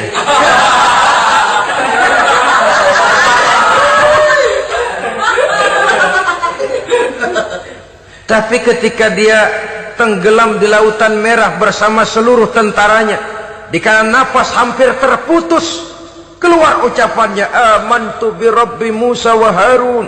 Aduh, kalau begini mah saya juga percaya kepada Tuhannya Musa dan Harun. Saya beriman kepada Allah. Lagi timbul tenggelam mau sekarat baru beriman. Hatta zurtumul maqabir. Kamu telah lalai dari sebab bermegah-megah sampai kamu masuk ke liang kubur, dekat ke liang kubur. Kalimat zurtum di sini menjelaskan bahwa kubur itu tidak selamanya. Zurtum itu dari kalimat zaro ya zuru, berziarah. Orang berziarah kan sebentar. Ke kubur itu sama dengan berziarah kita di situ. Sebentar, tidak akan selamanya, tidak akan kekal dalam kubur. Bahwa kubur itu cuma satu halte dari sekian halte yang harus kita jalani. Hatta zurtumul maqabir ay mutum wa dufintum fil kubur. Sampai kamu mati, dikubumikan dalam kubur, barulah kamu sadar bahwa perlombaan itu hanya sia-sia. Bahwa perlombaan itu tidak akan pernah mengenal garis finish. Bahwa perlombaan itu akan membuat kamu celaka. Begitulah umumnya kebanyakan orang yang terjebak ke dalam paham materialis, baru menyadari kesalahan langkahnya pada saat napas sudah sampai di tenggorokan. Ternyata uangnya yang miliaran rupiah tidak sanggup menyambung nafasnya. Ternyata kendaraan yang serba mewah berkilat tidak sanggup meneruskan kehidupannya. Ternyata pangkat jabatannya yang tinggi yang membuat dia menyebabkan temannya jadi lawan, lawannya jadi teman, tidak akan sanggup menghentikan sang malaikat maut. Kalau keadaan sudah begitu, baru sadarlah kita terlambat. Karena saat seperti itu akan dihadapi oleh setiap orang. Kala, jangan begitu. Sadarlah kamu bahwa kalau sudah dekat ke liang kubur kamu baru insaf, itu terlambat. Sebelum nafas sampai di tenggorokan, pintu taubat masih selalu terbuka. Tapi manakala nafas sudah sampai di tenggorokan, tertutuplah pintu taubat untuk orang yang bersangkutan. Oleh sebab itu, perlombaan dengan bermegah-megah terhadap materi duniawi, tolok ukur dan pandangan hidup yang terbatas kepada wujud benda semata-mata, memang sering menyebabkan orang lalai, sering menyebabkan orang lupa diri, tidak sadar tentang hakikat yang terpenting dari kehidupan ini, yaitu tentang dari mana dia datang, di mana dia sekarang, dan kemana dia akan pulang. Sungguh, ilmu pengetahuan tidak akan pernah mampu menjawab persoalan ini. Sungguh, filsafat juga tidak berdaya menghadapi pertanyaan seperti ini. Hanya agama yang mampu memberikan kepastian batin tentang hakikat dari mana kita datang, di mana kita sekarang, dan kemana kita akan pulang. Makin kita renungi pertanyaan ini, makin kita menemukan diri sendiri. Dan makin kita menemukan mengenal diri sendiri, kita akan semakin mengenal Allah subhanahu wa ta'ala. Semakin kita mengenal Allah, maka akan semakin terpanggil kita untuk dekat dengannya, mentaati segala perintahnya, dan berupaya menjauhi segala yang dilarangnya. Dengan demikian selamatlah kita dari satu perlombaan yang hanya akan menyeret kita kepada menghalalkan segala cara, jauh dari agama, jauh dari Allah, bahkan jauh dari sesama manusia. Karena umumnya perlombaan seperti ini akan cenderung melahirkan manusia yang egois. Muslimin rahimakumullah. Lebih jauh, mari kita mengikuti peringatan Allah dalam surah Al-Munafiqun ayat 9. Di sini Allah Subhanahu wa taala mengingatkan, A'udzu billahi minasy syaithanir rajim. Ya ayyuhalladzina amanu la tulhikum amwalukum wala auladukum an dzikrillah wa may yaf'al dzalika fa ulaika humul khasirun. Hai orang-orang yang beriman, jangan sampai hartamu dan anak-anakmu melalaikan kamu daripada mengingat Allah. Wa may yaf'al dzalik, barang siapa yang melakukan hal seperti itu, fa ulaika humul khasirun, maka merekalah sesungguhnya orang-orang yang merugi. Rugi dunia, rugi akhirat. Disebutkan di sini dua hal yang sering menyebabkan kita jadi lalai. Amwal dan aulad, harta dan anak-anak, materi dan keluarga. Perlombaan di dalam mengumpulkan materi sering menyebabkan kita menjadi lalai. Begitu juga amanah berupa anak ini sering kita lalaikan atau sering membuat juga kita menjadi lalai. Kita lalaikan dalam arti bahwa keduanya, baik harta baik anak, merupakan amanah dari Allah. Setiap orang tua akan dimintakan pertanggungan jawab. Apabila kita lalaikan amanah ini, maka resikonya akan kembali juga kepada kita. Tapi satu hal yang jelas dalam ayat 9 surah Al-Munafikun ini, bahwa perlombaan memperbanyak harta dan anak-anak yang masuk dalam kelompok at-takatsur itu tadi akan menyebabkan orang khasiru, termasuk ke dalam kelompok orang-orang yang rugi. Perlombaan yang hanya akan membawa kerugian semata-mata. Kemudian di dalam satu hadis Rasulullah sallallahu alaihi wasallam memberikan peringatan. Beliau bersabda, "Iza azamat ummati dinaran wa dirhaman, nuzi'at minha haibatul Islam, wa iza tasabat ummati saqatat min ainillah. Wa iza turikatil amru bil ma'rufi wan nahyu 'anil munkari hurimat 'alaihim barakatul wahyi." Ada tiga hal yang kalau kita kerjakan akan menimbulkan tiga macam akibat di dalam hadis ini.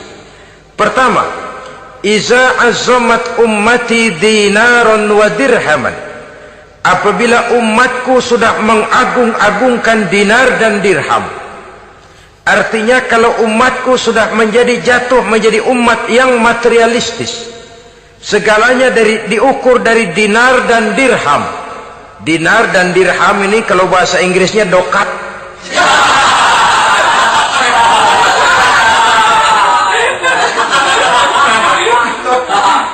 Segalanya diukur dari segi dinar dan dirham saja. Nuzi'at minha haibatul Islam, akan dicabutlah kehebatan Islam dari mereka. Memang ada kalanya kita berkata bahwa tanpa uang kita tidak bisa berbuat apa-apa. Tapi kalau itu dijadikan landasan dari segala sesuatu, itu yang dijadikan ukuran, itu yang dijadikan tujuan, kita hakikatnya sudah gagal sebelum melangkah. Apapun saja profesi kita, apabila sudah menjadi pendewa dinar dan dirham, akan hilanglah kehebatan Islam, akan dicabut kehebatan Islam itu.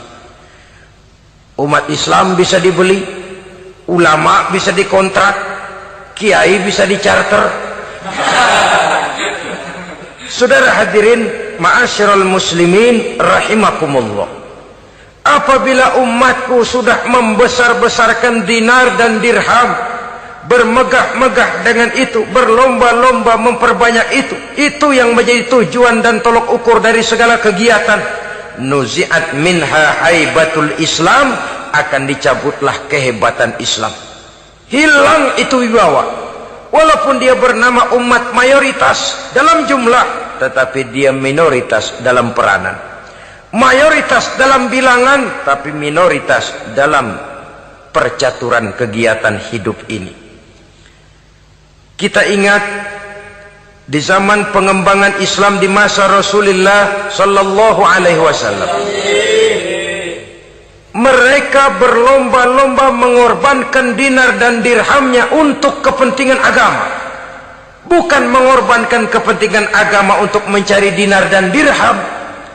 Kita di zaman sekarang sering terjadi penjungkiran nilai, terbalik yang kita amalkan. Nabi Ibrahim mengorbankan putranya Ismail untuk kepentingan agama.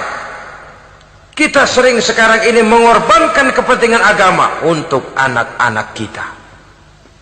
Dulu anaknya yang dikorbankan buat agama, sekarang agamanya dikorbankan buat anak. Dulu dinar dan dirham dibelanjakan untuk menopang agama, sekarang agama dijadikan alat untuk mencari dinar dan dirham.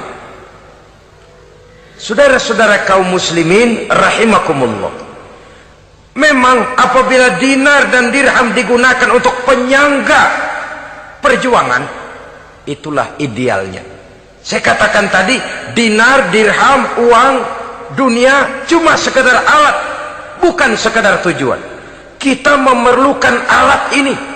Membangun pesantren tidak cukup dengan semangat. Membangun rumah sakit Islam tidak cukup dengan pidato. Membangun masjid tidak cukup dengan semangat menggebu-gebu. Kita perlu semen, kita perlu pasir, kita perlu batu kali, kita perlu besi, dan itu semua beli. Tidak turun dari langit seperti turunnya embun di waktu pagi. Tidak mungkin rumah sakit Islam muncul ke permukaan hanya dengan sim salabim abra-gedabra.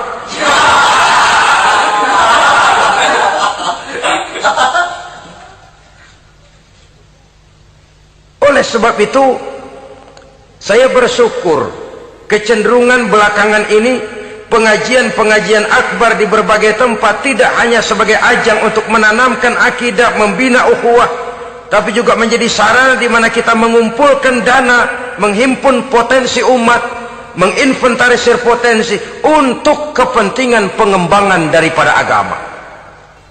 Meskipun ada satu dua orang yang salah paham tentang ini, sampai kemudian saya mendapat satu merek yang cukup tidak enak untuk didengar, mengkomersilkan pengajian katanya. Karena memang ada pengajian yang menggunakan sistem karcis, sebenarnya juga tidak etis. Undangan berikut infak, yang seluruh hasilnya digunakan buat kepentingan agama. Apakah itu rumah sakit, apakah itu madrasah, apakah itu masjid, dan 1 sen pun saya tidak menuntut bagian dari itu.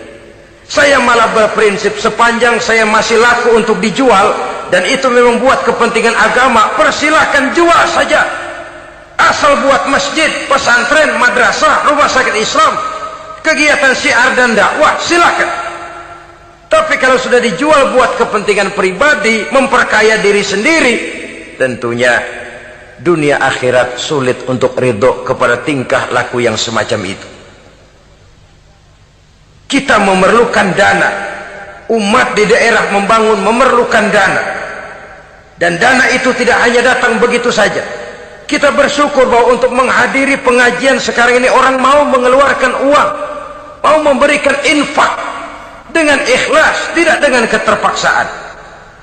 Kenapa tidak? Sehingga ini lalu diinventarisir untuk kepentingan pembangunan agama. Ratusan juta rupiah terkumpul dari pengajian-pengajian rutin ini, pengajian-pengajian akbar ini. Puluhan masjid terbantu, rumah sakit Islam terbantu, musola selesai. Ya walaupun tidak lalu semuanya beres, tapi gemaknya itu sudah cukup menyentuh untuk menyadarkan orang bahwa harta baru kekal kalau dia sudah dibelanjakan di jalan Allah. Nah, yang celaka kalau dinar dan dirham itu yang dijadikan tujuan. Mengadakan pengajian semata-mata untuk cari uang, uangnya buat kantongnya dewe. Itu yang membuat dicabutnya kehebatan Islam itu. Segalanya diukur dari sudut itu. Sehingga ketika seseorang datang bertanya tentang hal-hal yang berkaitan dengan ini, maka hal semacam ini sesungguhnya satu nikmat yang perlu kita syukuri sepanjang menginventarisir potensi umat benar-benar digunakan buat kepentingan daripada agama kita. Jadi peringatan tegas dari Nabi ini, iza azamat ummati dinaron wa dirhaman nuzi'at minha haibatul Islam. Apabila umatku sudah mengagung-agungkan dinar dan dirham, maka akan dicabutlah kehebatan Islam dari tengah-tengah mereka. Remeh saja orang memandang kita, enteng saja orang memandang kita. Satu. Yang kedua, patuhlah mereka dalam pandangan Allah. Kalau sesama umat ini sudah saling menjelekkan, apakah yang menjelekkan itu lebih bagus dari yang dijelekkan di hadapan Allah? Dua-duanya sama rendahnya. Pribadi saya mungkin puas kalau saya bisa menghantam saudara di depan umum, menjelek-jelekkan nama saudara. Tapi lebih baikkah saya dalam pandangan Allah? Sama rendahnya dengan orang yang saya jelekkan. Itu pun kalau yang dijelekkan benar-benar jelek. Kalau cuma sekedar fitnah, wah, lebih celaka lagi nasib si orang itu tadi. Ini artinya menyadarkan kita bahwa umat ini sudah diikat dengan akidah. Beraneka ragam kita, tapi harus ada kebersamaan. Berbeda kita, tapi harus satu. Sebagai satu ummatan wahidah, satu umat yang satu. Oleh sebab itu, persamaannya lah yang harus kita angkat ke permukaan, bukan perbedaannya yang kita perbesar. Sudah datang waktunya umat Islam bangun dari tidurnya, jangan lagi dibuai oleh irama mayoritas. Sudah lewat masanya kita bertengkar karena persoalan-persoalan kecil yang tidak prinsip.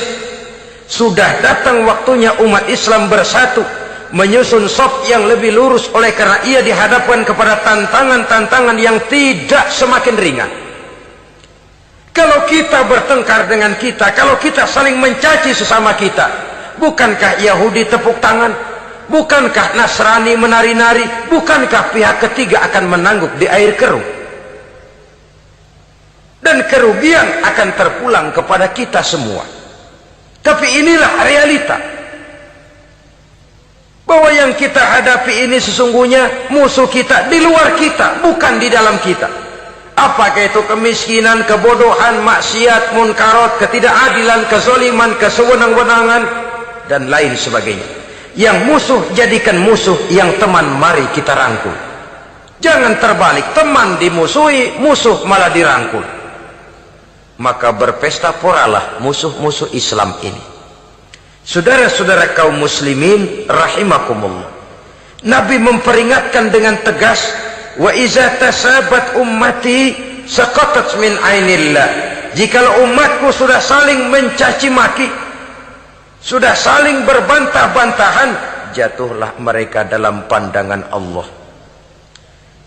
Satu ayat menjelaskan jangan sebagian kamu meremehkan, yaskhar, mengecilkan, menganggap enteng orang lain. Boleh jadi yang dihina, diremehkan, dianggap enteng itu nilainya lebih bagus daripada yang menganggap enteng. Dan hakikat segala sesuatu itu cuma kembali kepada Allah. Di sanalah penilaian finalnya. Manusia hanya melihat yang zahir. Makin banyak harapan hidup ini kita gantungkan kepada manusia, makin banyak kita harus bersiap untuk kecewa. Saudara-saudara kaum muslimin rahimakumullah. Kemudian yang ketiga peringatan dari baginda Nabi, wa iza turikatil amru bil ma'rufi wan nahyu 'anil munkari hurimat 'alaihim barakatul wahyi. Apabila amar ma'ruf dan nahi munkar telah ditinggalkan, maka akan hilanglah keberkahan wahyu, akan hilanglah keberkahan Quran, akan sirnalah keberkahan agama. Amar ma'ruf dan nahi munkar ditinggalkan, artinya di tengah masyarakat sudah tidak ada lagi yang menyerukan ini baik, ini tidak baik, ini halal, itu haram. Mari kita sholat, mari makmurkan taklim, santuni yatim piatu, makmurkan masjid. Seruan ke arah itu tidak lagi terdengar. Sementara tinggalkan judi, tinggalkan minuman keras, jauhi zina, seruan semacam itu pun tidak lagi terdengar.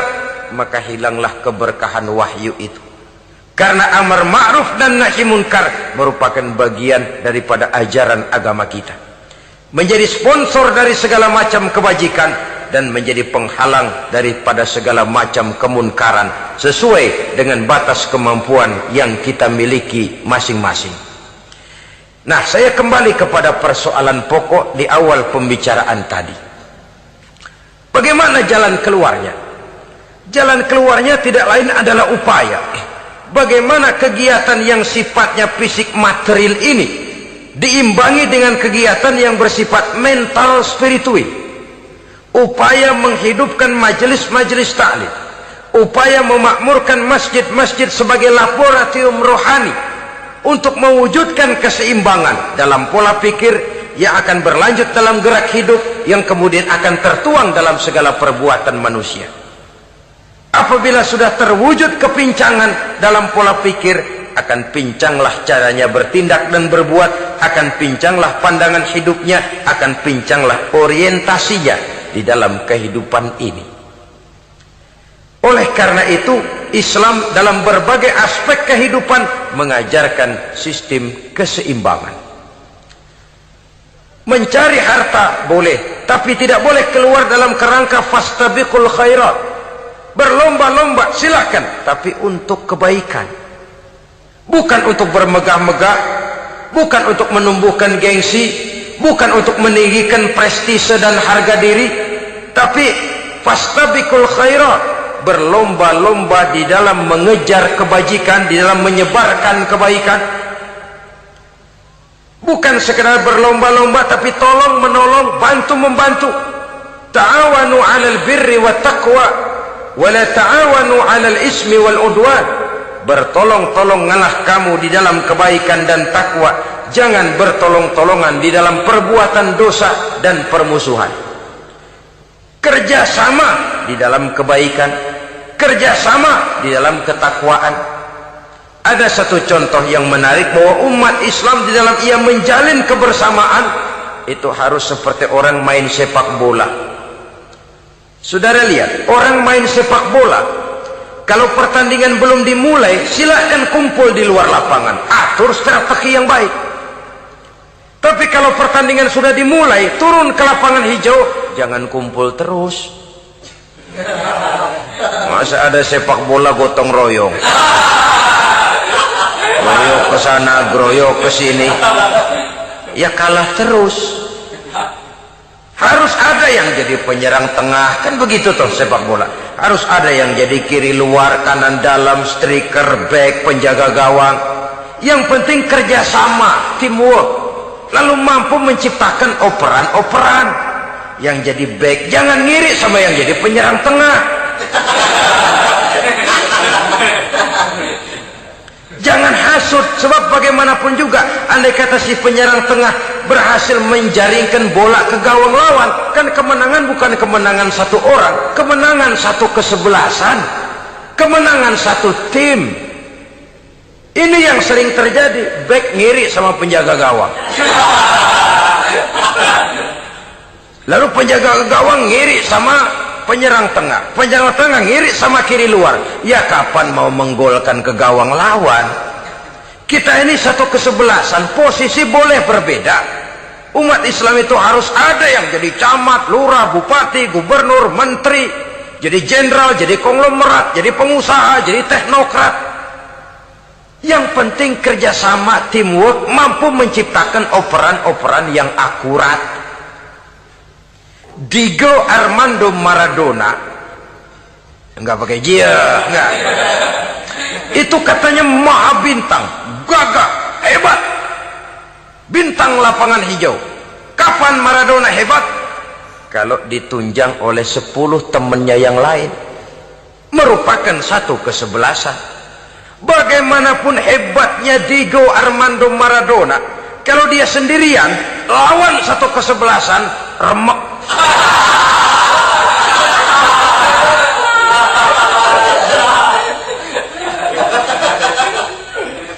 Dia hebat, dia jenius, dia maha bintang karena dapat operan dari teman-temannya.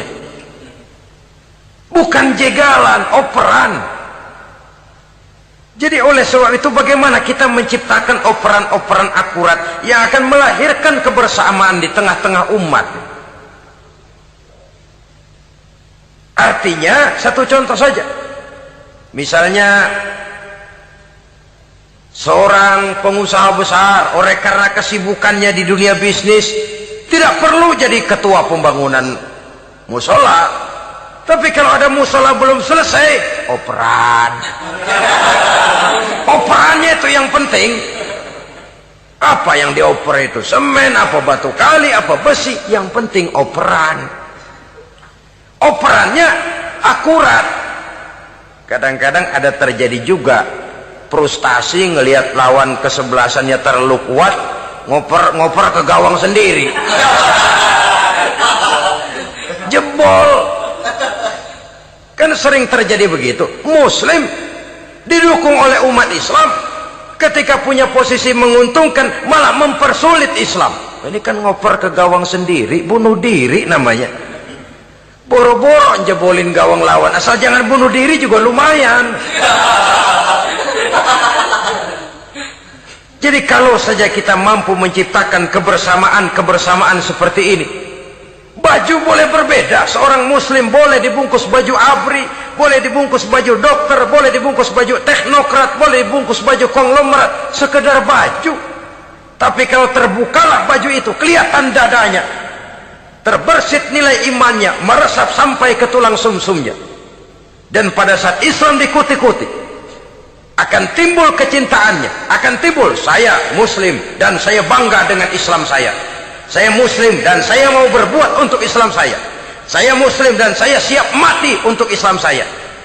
Dengan baju apapun dia terbungkus, kalau roh, jiwa dan semangat semacam ini tertanam, saya yakin kita umat Islam akan mampu berbuat lebih banyak dengan mewujudkan operan-operan akurat yang sangat diharapkan oleh umat itu tadi. Oleh sebab itu, saudara-saudara kaum muslimin rahimakumullah, baju boleh berbeda, bendera boleh beraneka warna, tapi jikalau bernama muslim, persamaannya yang dicari, jangan perbedaannya yang diperbesar. Nilai persaudaraan yang diikat dengan akidah semacam inilah yang banyak dicari orang, yang banyak menyebabkan orang masuk Islam. Di mana masjid kelihatan benar sebagai simbol kehidupan demokrasi dalam menciptakan ukhuwah, wawasan ukhuwah ini. Masjid simbol demokrasi. Siapapun masuk masjid buka sepatu, demokrasi. Siapapun orangnya, tidak peduli merek apapun sepatunya. Apa itu keluaran Cibaduyut Bandung? Apa itu modelnya Belli, Beltoni, Itali? Tidak soal, masuk masjid buka. Jumatan, kopral datang lebih dulu depan, pral. Jenderal datang belakang saja, pral. Tidak ada fasilitas khusus dalam masjid, karena di rumah Allah semua manusia sama. Si jenderal jangan lagi merasa jenderalnya, si pengusaha jangan lagi menonjolkan kebosannya. Masjid adalah simbol demokrasi daripada kehidupan umat. Sebab itu jangan terjebak kepada sektoral di dalam kita berbicara tentang ukhuwah ini. Kita boleh terbungkus dengan baju apapun, tapi kalau di balik baju itu tidak lain jiwa Islam yang mau berkorban, mau mengeluarkan harta, bahkan siap mati untuk Islamnya, maka kebersamaan itu akan mudah kita wujudkan. Tapi sepanjang kita berpecah belah, sepanjang kita centang perenang, maka tidak akan banyak yang bisa kita lakukan. Satu-satunya perlombaan yang bukan hanya dibolehkan tapi bahkan sangat dianjurkan oleh agama, yaitu fastabiqul khairat, berlomba-lombalah di dalam kebaikan, berlomba-lomba di dalam memakmurkan masjid, berlomba-lomba di dalam menghidupkan majelis-majelis taklim, berlomba di dalam menegakkan yang ma'ruf dan menghancurkan yang munkar, berlomba di dalam menyantuni yatim piatu. Tapi prakteknya kan kadang-kadang terbalik. Kalau sudah kumpul, yang diakur-akurin, udah nambah kebun belum? Pabrik udah diperluas belum? Bisnis sudah sejauh mana? Belum pernah ada ketemu lalu kongko, masjidnya udah digedein ya? Jarang yang ngomong begitu. Madrasahnya sudah bagaimana? Sejauh mana? Mesti yang enak itu ya nyocok-nyocokin. Bagaimana rumahmu sudah? Bagaimana kendaraanmu? Bagaimana pesawatmu? Bagaimana Bukankah itu juga takasur? Dari obrolan kan nanti yang belum kan timbul panasnya. Gile dia udah beli gituan, gue belum. Timbul panasnya, lalu berusaha, berlomba lagi, bersaing lagi, berlomba lagi, bersaing lagi. Walaupun persaingan perlu, karena tanpa persaingan orang jarang mikir. Hidup itu kalau nggak ada tantangan kan tidur kita. Orang hidup smooth gitu ya, jalan tenang, setenang ya, nggak maju orang itu. Orang itu baru bisa mengalami kemajuan kalau dia sudah dihadapkan kepada tantangan, gemblengan, gojlogan, fitnahan, hinaan, caci maki. Persaingan itu perlu supaya orang mikir. Kalau mikir dia berbuat, kalau dia berbuat dia bisa maju. Tapi persaingan yang sehat, bukan persaingan yang lalu menimbulkan fitnah, menghancurkan nama baik orang lain, yang dilatar belakangi oleh sifat hasud, dendam, iri hati, lalu menghalalkan segala cara. Tidak, bukan itu. Persaingan yang sehat ini akan menjadi alat picu agar orang lalu berlomba di dalam kebaikan. Satu-satunya perlombaan yang bukan hanya boleh tapi bahkan sangat dianjurkan oleh agama, berfastabiqul khairat, berlomba-lomba di dalam berbuat kebaikan. Berlomba-lomba membangun masjid bukan berarti di sebelah masjid bangun masjid lagi, bukan. Kadang-kadang karena ada fastabiqul khairat, berlomba-lomba, nggak apa-apa dah. Di sebelah masjid bikin lagi masjid. Akhirnya azan perlombaan main kenceng-kencengan. Bukan itu yang diinginkan tentu, bukan itu. Bagaimana memakmurkan masjid, bagaimana memfungsikan masjid, bagaimana membina umat dan lain sebagainya. Jadi pembicaraan ke arah itu akan menimbulkan rangsangan untuk berlomba di dalam kebaikan. Kalau dia kok bisa menata masjidnya sampai makmur, jamaah senang datang ke sana, anak-anak muda betah di masjid, kenapa saya tidak? Apa konsepnya? Nah, ini kan berlomba, tapi berlomba dalam kebaikan. Kalau dia bisa menghimpun anak-anak muda lalu diarahkan kepada jalan yang positif, kenapa saya tidak bisa? Dia punya potensi yang saya juga punya. Berlomba di dalam kebaikan. Perlombaan semacam ini akan memberikan ketentraman karena jalan yang ditempuh jalan ibadah. Tapi kalau perlombaan materi, at-takasur tadi, yang timbul bukan ketentraman, panas. Karena panas, udah dekat, panas kan tetangganya hasud, dengki, iri hati, sakit, demam, orang lain maju, meriang. Lah kalau sudah begitu, hasud yang jadi bisikan hati, ya sudah, segala macam cara dilakukan untuk menjatuhkan orang lain. Dan itu sudah bukan lagi persaingan yang sehat. Saudara-saudara kaum muslimin rahimakumullah. Oleh sebab itu kita tutup pertemuan singkat kali ini dengan satu kesimpulan, bahwa harta adalah sekedar alat, bukan tujuan di dalam kehidupan. Tanpa harta barangkali orang sulit untuk bahagia, tapi harta semata-mata tidak merupakan jaminan bahwa orang lalu akan bahagia. Termasuk di dalam kata harta ini pangkat, jabatan, kedudukan, anak, istri, keluarga, rumah, tanah, pabrik, kebun, peternakan, dan lain sebagainya. Perlombaan yang dianjurkan di dalam agama adalah perlombaan untuk berbuat kebaikan. Maka masalahnya sekarang, bagaimana kita memanfaatkan harta ini untuk sebanyak-banyak kebaikan yang bisa kita lakukan.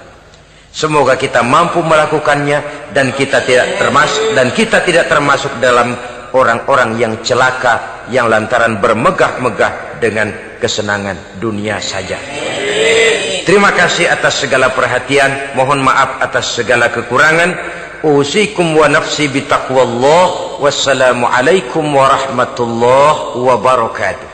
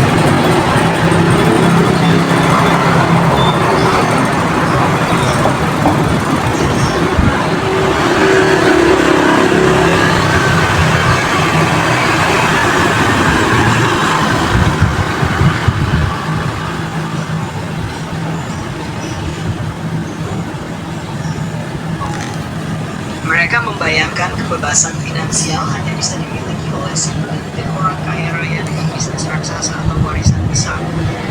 Tapi